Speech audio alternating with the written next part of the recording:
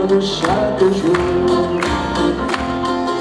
C'est mon corps pour me laisser manger. C'est mon sang pour me laisser vivre.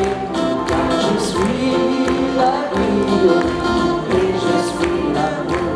Au Seigneur, apporte-nous dans ton amour. Le Seigneur nous a aimés comme on n'a jamais aimé. Il rassemble tous les hommes et les fait vivre de sa vie. Et tous les chrétiens du monde sont les membres de son corps. Rien ne peut les séparer de son amour. C'est mon corps, remis et penché. C'est mon sang, remis et mué. Car je suis la vie et je suis l'amour. Ô Seigneur, emporte-nous dans ton amour.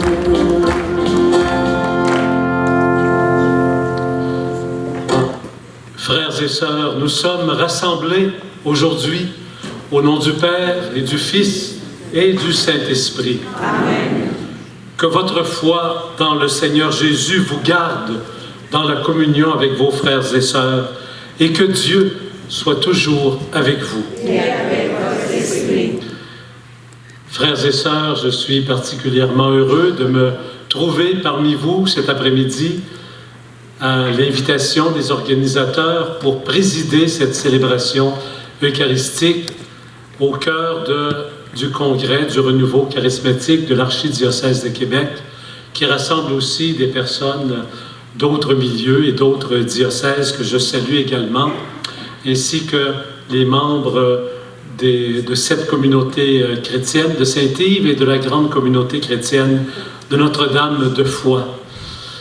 Rendons grâce au Seigneur pour tous ses bienfaits, pour tout ce qu'il accomplit dans notre vie, tout ce que son esprit ouvre dans nos cœurs comme porte pour aller vers les autres, pour intercéder pour les personnes que nous aimons. Et nous portons ensemble toutes les intentions que vous avez, que vous portez aujourd'hui dans vos cœurs, les personnes malades, les personnes isolées, les personnes brisées que vous connaissez et auxquelles vous pensez tout particulièrement en ce moment et pour lesquelles vous prierez au cours de cette célébration. Rendons grâce au Seigneur de faire de nous des vivants et demandons-lui, même si nous nous considérons comme des croyants, demandons-lui de réveiller notre foi. La parole de Dieu nous invite aujourd'hui à réfléchir sur notre façon de vivre. Elle nous appelle à nous libérer de notre égoïsme. Confions-nous à la miséricorde divine. Que Dieu Tout-Puissant nous montre sa miséricorde, qu'il nous pardonne nos péchés, qu'il nous conduise à la vie éternelle. Amen. Et pour tous les bienfaits qu'il accomplit dans nos vies, chantons la gloire de Dieu.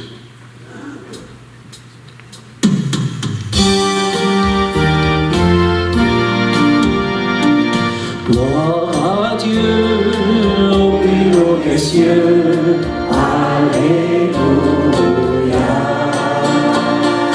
Paix sur terre aux hommes qu'il aime, Alléluia.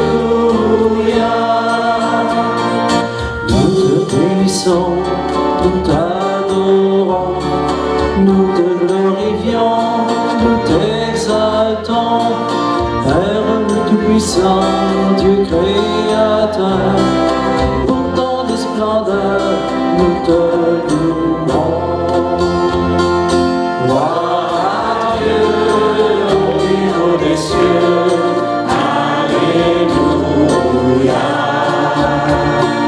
Paix sur terre aux hommes qu'il aime, Alléluia. Toi, Seigneur Jésus, l'agneau de Dieu, prends pitié de nous, écoute-nous. Tu as pris sur toi tous nos péchés, tu nous as sauvés, sois-en béni.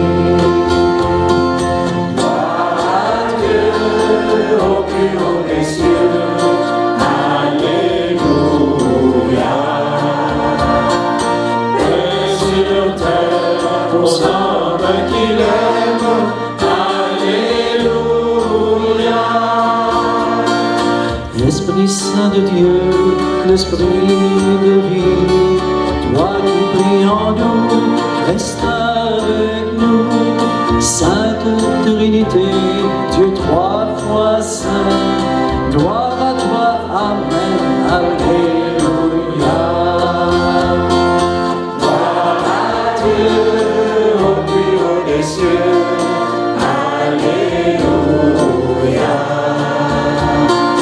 Paix sur terre, aux hommes qui l'aiment, Alléluia. Prions le Seigneur. Dieu notre Père, toi qui donnes la preuve suprême de ta puissance, lorsque tu patientes et prends pitié sans te lasser, accorde-nous ta grâce. En nous hâtant vers les biens que tu nous promets, nous avons confiance que nous parviendrons au bonheur du ciel. Par Jésus, le Christ, notre Seigneur et notre Dieu, qui vit avec toi dans l'unité du Saint-Esprit, aujourd'hui et pour les siècles des siècles. Amen. Veuillez vous asseoir. Et écoutons cette parole, cette première lecture du prophète Amos et tous les textes d'aujourd'hui, les textes de la parole de Dieu, nous invitent à pratiquer la justice, l'attention aux pauvres et aux petits. Du troupeau, les veaux les plus tendres de l'étable. Ils improvisent au son de la harpe, ils inventent, comme David, des instruments de musique.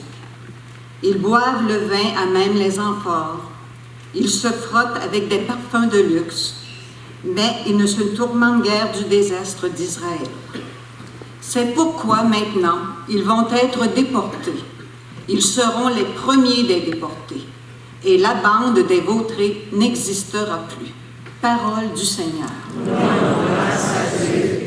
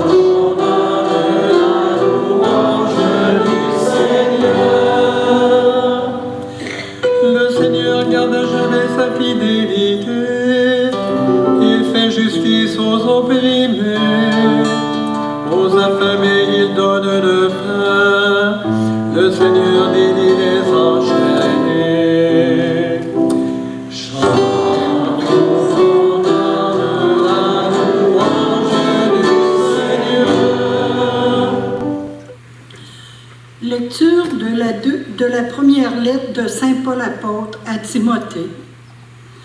Toi, homme de Dieu, recherche la justice, la piété, la foi, la charité, la persévérance et la douceur. Mène le bon combat, celui de la foi. Empare-toi de la vie éternelle. C'est à elle que tu as été appelé. C'est pour elle que tu as prononcé ta belle profession de foi devant de nombreux témoins. Bonne nouvelle de Jésus le Christ selon saint Luc.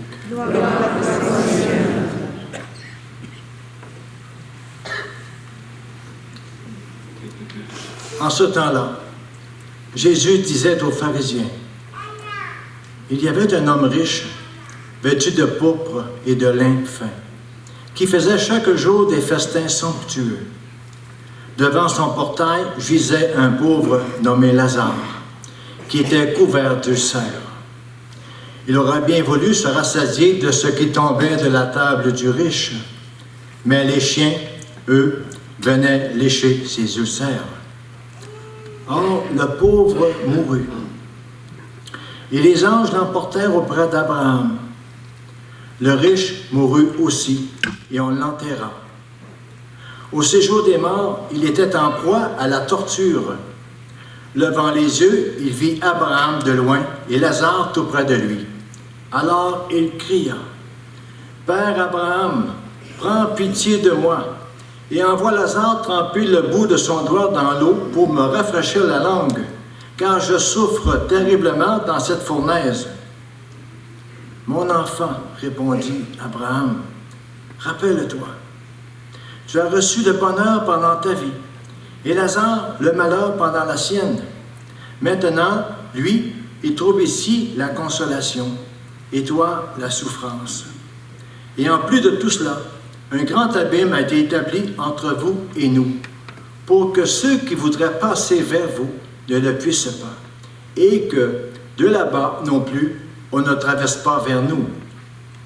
Le riche répliqua, « Eh bien, Père, je te prie d'envoyer Lazare dans la maison de mon Père.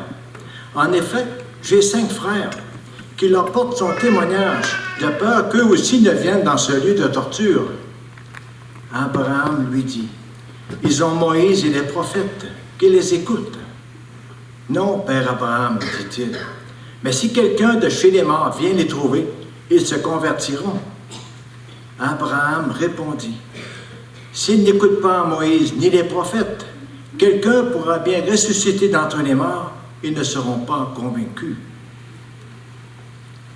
Frères et sœurs, acclamons la parole de Dieu. Louange à toi, Seigneur Jésus. On pourrait rechanter l'acclamation.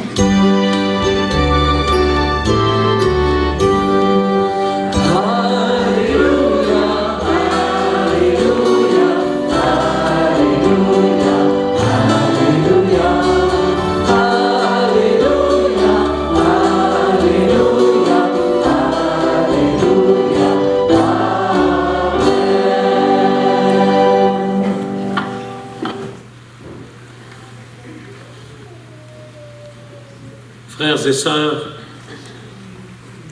cette parole est pour nous, enfin elle est toujours pour nous. Mène le bon combat, celui de la foi. Empare-toi de la vie éternelle. Ce qui nous indique bien qu'il y a une décision à prendre, qu'il y a un choix à faire. Vas-y, avance. Empare-toi de la vie éternelle. Mène le combat de la foi. Parce que ça ne sera pas toujours facile. Le récit qu'on retrouve dans l'Évangile d'aujourd'hui nous montre qu'en effet, c'est exigeant et que ce n'est pas toujours facile. Dans la parabole qu'on vient d'entendre, le riche du fond du séjour des morts en appelle à notre Père Abraham, le Père de tous les croyants. Et Abraham l'appelle son enfant, mon enfant. Mais Abraham lui dit, je ne suis pas capable de t'aider. Je ne suis pas capable de t'aider parce que tu n'as pas cherché à t'emparer du royaume de la vie éternelle. Mon enfant. Et permettez-moi de vous redire une expression affectueuse semblable, celle que je disais il y a quelques instants au début de l'homélie, au début de la célébration. Non pas mes enfants, je suis encore trop jeune pour ça, mais mes chers frères et sœurs. Mes chers frères et sœurs. Et pourtant, ce que Abraham trouve à dire à celui qu'il appelle affectueusement son enfant n'est pas agréable à entendre parce que c'est exigeant. Et vous savez comme moi que le mot « évangile » signifie « bonne nouvelle ». On s'attend donc à une heureuse annonce quand on reçoit la parole de Jésus. Mais on voit dans la parabole de ce jour que l'Évangile annonce aussi des choses qui nous dérangent, qui nous obligent à prendre une décision, qui nous obligent à faire un choix si nous voulons nous emparer du royaume de la vie éternelle. L'Évangile, c'est toujours d'abord, comme nous l'entendons dans cette parabole, comme dans la première lecture, c'est toujours d'abord une bonne nouvelle annoncée aux pauvres, une bonne nouvelle annoncée aux petits, aux mal-aimés, aux personnes marginalisées, aux personnes exploitées, aux personnes isolées, aux personnes méprisées, aux personnes oubliées. Mais pour ceux et celles qui n'ont jamais pitié pour leurs frères et sœurs, pour ceux et celles qui refusent d'aimer et de partager, pour ceux et celles qui ne savent pas, qui ne veulent pas être solidaires ou qui vivent dans l'indifférence, l'Évangile peut devenir un obstacle sur le chemin de leur vie. Le Seigneur demeure toujours le Seigneur miséricordieux. Mais pour ceux qui refusent d'ouvrir au moins un petit peu la porte de leur cœur à l'Évangile, l'Évangile peut devenir un obstacle sur le chemin de leur vie, s'il n'y a pas une conversion du cœur. Et c'est pour cela que nous prions surtout, quand nous prions pour nos frères et nos sœurs, quand nous prions pour nous-mêmes, pour leur guérison et notre guérison. Nous prions pour la première guérison, la conversion du cœur. La parabole d'aujourd'hui, de l'homme riche et de Lazare, exprime de manière radicale que Dieu est celui qui secourt le pauvre, au point que le pauvre, tout pauvre, peut être appelé Lazare, parce que Lazare en hébreu veut dire « Dieu a secouru ». Non pas « Dieu me secourra », mais Dieu a secouru, a déjà secouru. Mais Dieu ne peut pas aider celui ou celle qui ne change pas son cœur. Même s'il a encore de la difficulté à ajuster ses gestes, ses actions à son cœur, qui aime au moins, qui parvient à aimer un peu, à s'ouvrir un peu. Mais Dieu ne peut pas aider. C'est pas qu'il ne veut pas. Il ne peut pas aider celui, celle qui garde pour lui-même son pouvoir, ou son savoir, ou son argent, ou ses qualités, ses compétences, dès lors que cette personne reste indifférente aux besoins de ceux et celles qui l'entourent. Le pauvre a un nom qui nous permet de l'identifier. Il s'appelle Lazare. Le riche égoïste de l'Évangile n'a même pas de nom. Mais qui est ce riche? Ce n'est pas une personne tellement différente de nous. C'est un peu chacun et chacune de nous. C'est un peu moi. Comme je suis Lazare aussi à d'autres moments. La parole de l'Évangile qui nous dit qu'un grand abîme a été mis entre vous et nous est plus que jamais d'actualité. Oui, il y a un grand abîme entre les favorisés de la terre, auxquels appartiennent une grande partie des Occidentaux que nous sommes, et la multitude des pauvres de la terre.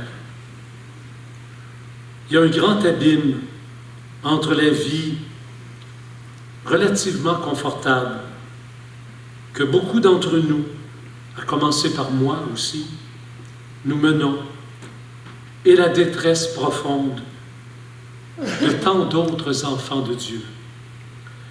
Alors que faire?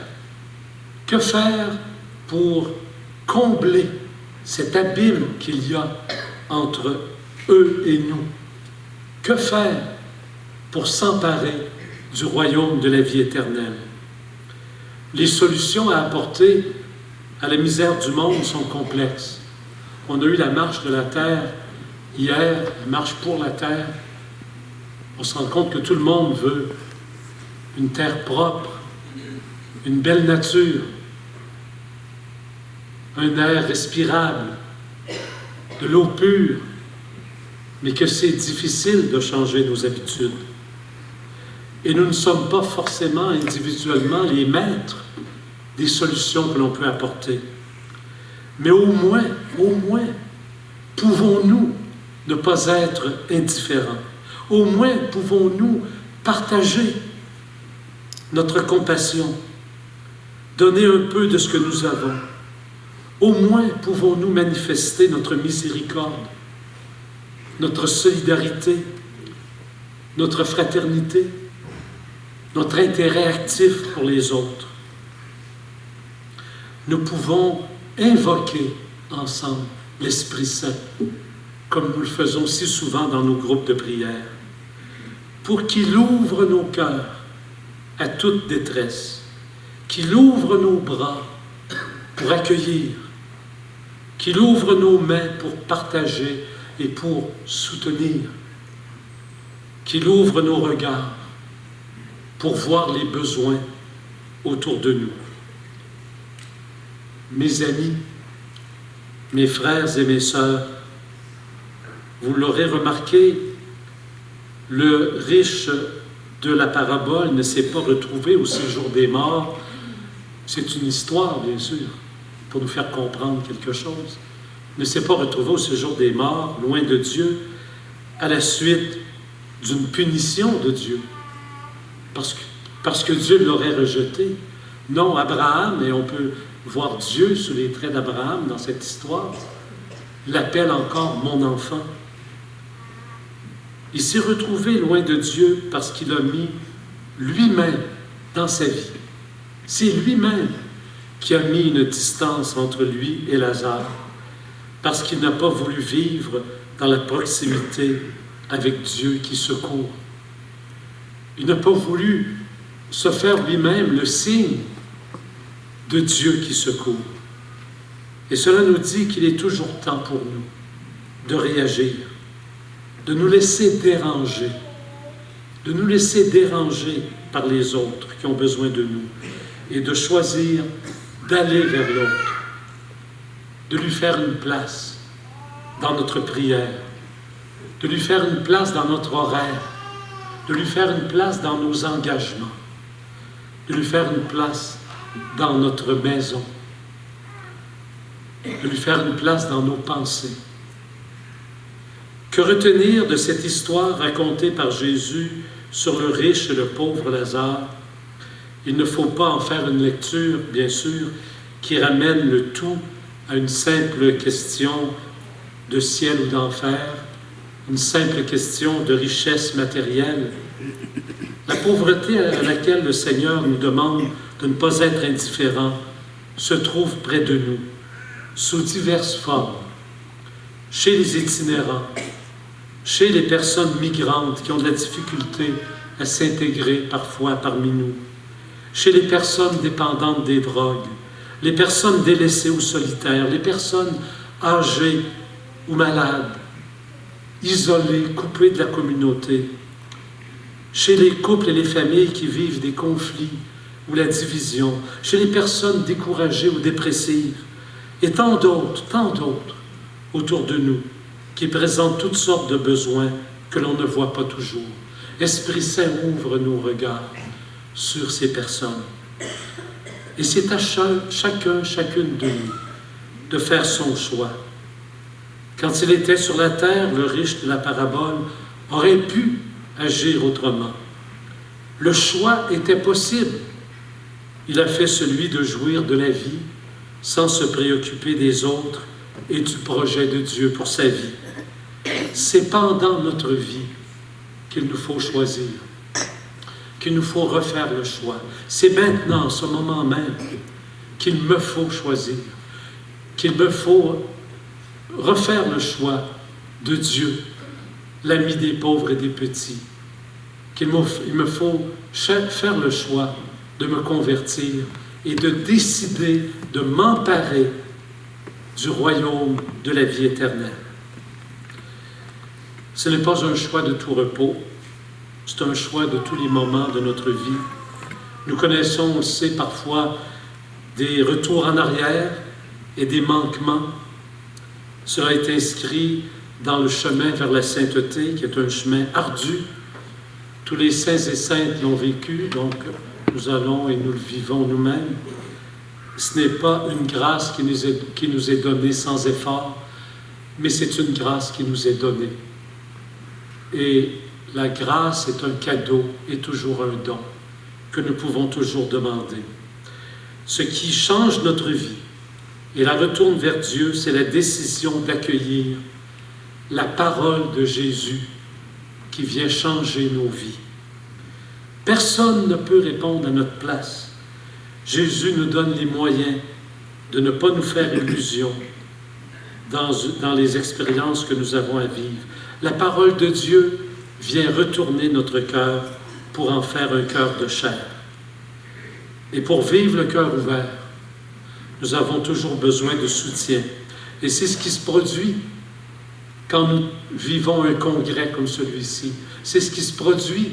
C'est-à-dire qu'il y a un soutien qui nous est apporté à chaque dimanche dans nos célébrations eucharistiques et dans nos rencontres de prière. Nous nous retrouvons ensemble pour nous stimuler les uns les autres, pour nous nourrir de la parole de Dieu et du corps et du sang de Jésus. Et nous trouvons dans ces moments de célébration non seulement une nourriture spirituelle, mais aussi une force pour continuer, malgré les difficultés, malgré nos faiblesses, une force pour être ce que nous sommes, des disciples missionnaires, c'est-à-dire des disciples soucieux des autres. Je termine par cette prière.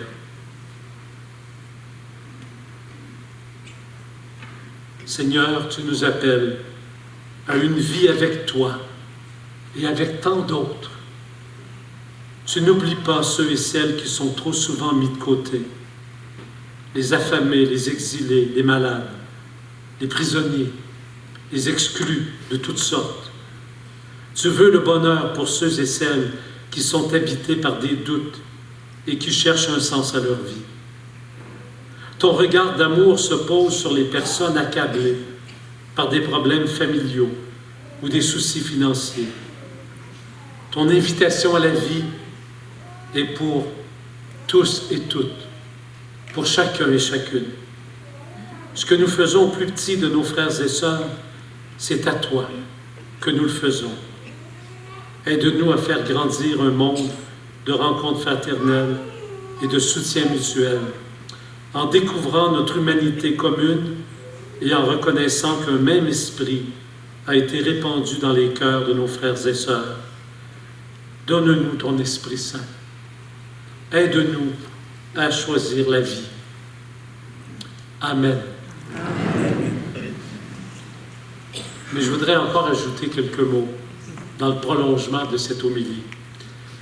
Nous avons dans notre diocèse, d'après ce qu'on m'a dit, et j'ai commencé à en rencontrer quelques-uns avec qui j'ai prié, nous avons 30 groupes de prière.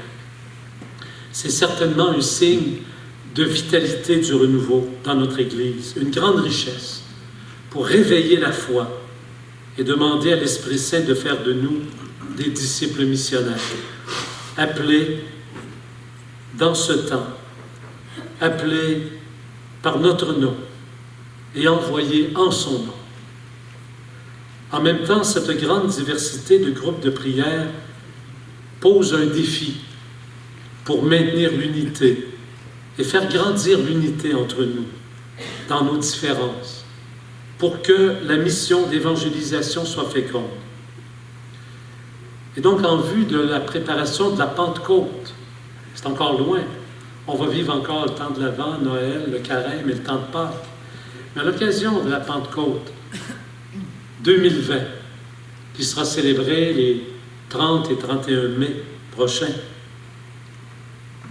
et en vue de préparer et d'organiser cette fête de Pentecôte pour le renouveau charismatique, avec tous les groupes et avec bien d'autres personnes qui se joindront à nous, j'invite les leaders des groupes de prière à s'unir pour la préparation et l'organisation de la fête de Pentecôte 2020.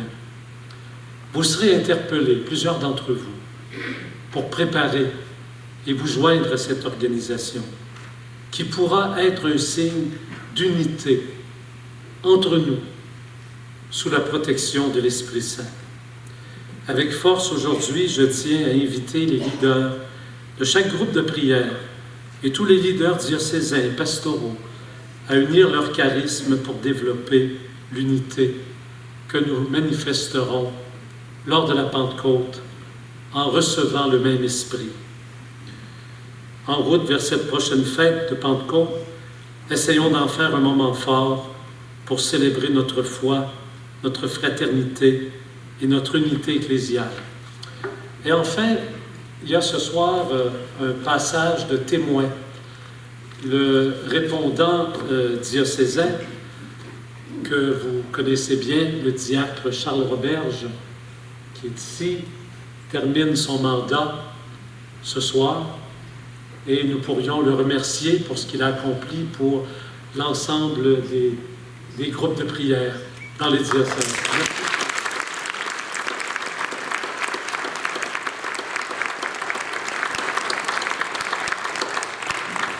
Et je voudrais avec vous accueillir celui qui prend la relève, qui le remplace à compter d'aujourd'hui, qui a déjà commencé son travail. Je l'ai rencontré déjà à quelques reprises, le diacre Jacques-Denis Simard. Bienvenue et bonne mission.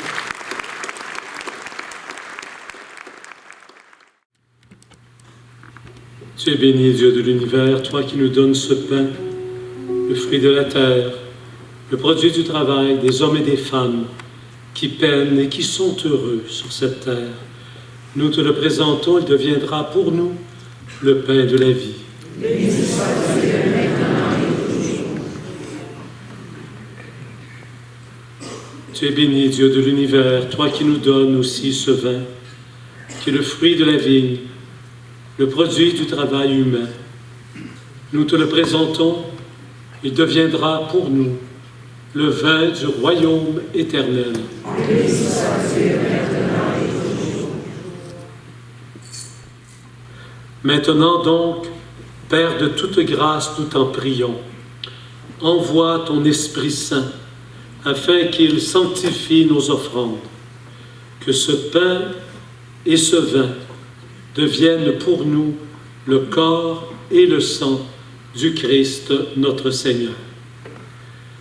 La veille de sa passion, la nuit de la dernière scène, il prit le pain, il rendit grâce, il le rompit, et le donna à ses disciples en disant « Prenez et mangez-en tous, ceci est mon corps livré pour vous. » Corps du Christ livré pour nous. Corps du Christ livré pour nous.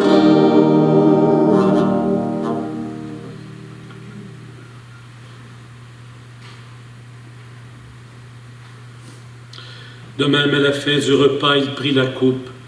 De nouveau, il rendit grâce.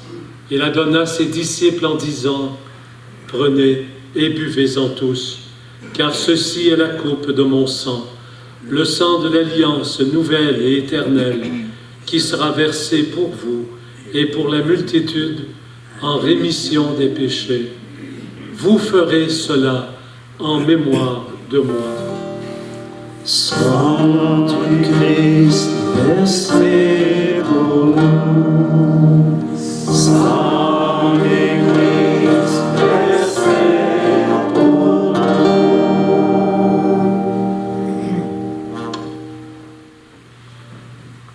Par lui, avec lui et en lui, à toi, Dieu le Père Tout-Puissant, dans l'unité du Saint-Esprit, tout honneur et toute gloire pour les siècles des siècles. Amen.